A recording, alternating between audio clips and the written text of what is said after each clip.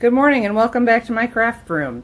Today I want to talk to you a little bit about color and this handy dandy color wheel. I know a lot of people are intimidated by this, but there's no reason to be. But first we're going to start off easier. I tend to get a lot of compliments on the colors I use, so I thought I would give a little hint and tip segment out for people who could use a little help. First of all, the easiest way to do color is to use the papers you already have and what they tell you. Okay, I wanted to use this fancy die cut paper, but all I had from this Girls Papery line was that piece and a little bit of this striped piece here, and I thought, what am I going to do with that? What colors do I use? So the die cut piece, you can probably see, only has pink and green in it. And I thought, oh, I don't know, what do I want to use with that? I thought, oh, I haven't used purple in a while. That might be kind of nice, purple. And then I remembered that the striped paper had another color in it. You can see here they add black and also this two shaded blue stripes. So I said, okay, perfect, blue. We'll use that for the extra color. All I did was pull that out, and then I went looking for paper similar.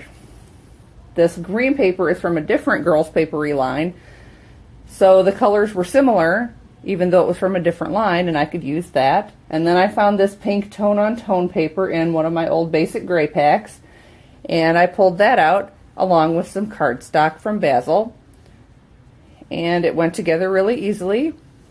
Then I just journaled in black because black was what was in the paper here, and boom, we were done with our color. Excuse me. Next, everybody probably remembers their primary colors from grade school, red, yellow, and blue, right? That doesn't mean we have to use red, yellow, and blue. We can use this honey color, a deep red, and a light blue. And because they're primary colors, even though we have dark with light, it still looks good. And this is all queued up in this one pattern paper here. This is all Graphic 45 paper on here, along with just some cardstock from my stash. But Graphic 45 did a really nice job here. They've got extra colors in there like green, but anytime there's a floral, I treat green as if it's a neutral. I don't feel like I have to pull that green out to use it in other portions of my layout.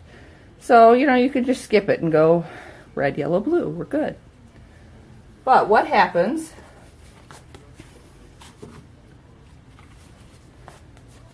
when you have one pattern paper you want to use and a main color? How do you decide what to go with that? Well, even though there are multiple colors in this pattern paper, it kind of all blends together in the print to look orangey. Okay, and I knew because this was for a boy, for his birthday, I wanted to use turquoise as my main color. Here's where this color wheel comes in handy. You can see there are 4 different ways to create color combinations. There's 2 different triangles and a rectangle and almost more of a square, that purple one.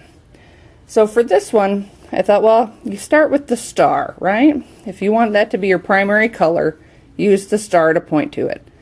So I put this skinny triangle on the turquoise color, and the skinny triangle's other 2 points tell me orange and red are a good combination.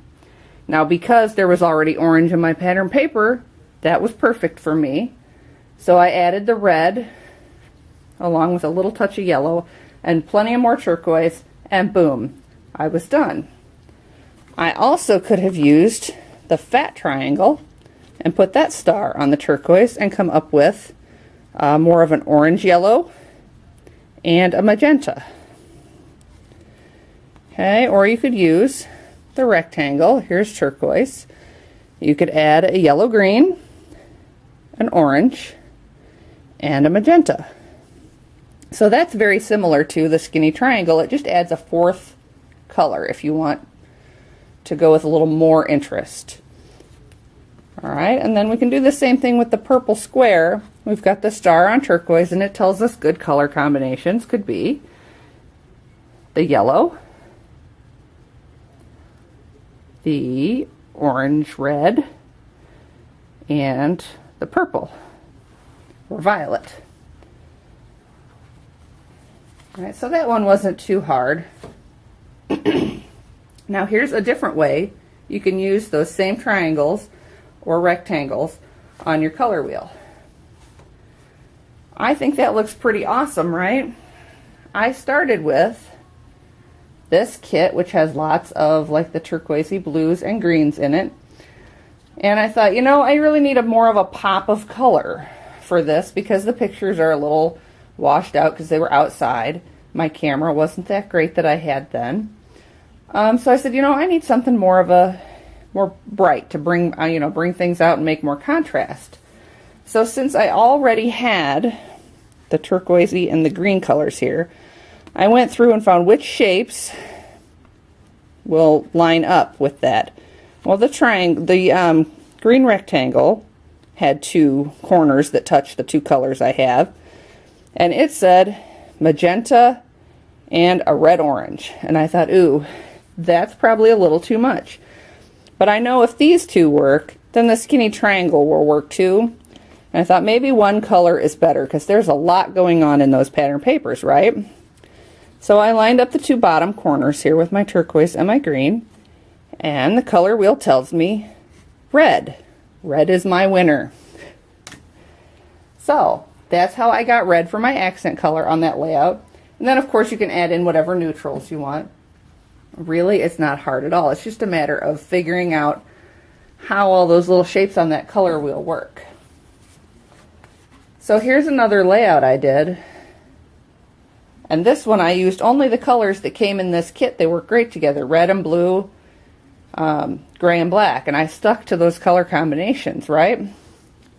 If I wanted to add another color to that, or two, I would find, we have blue on here, and we have red up here.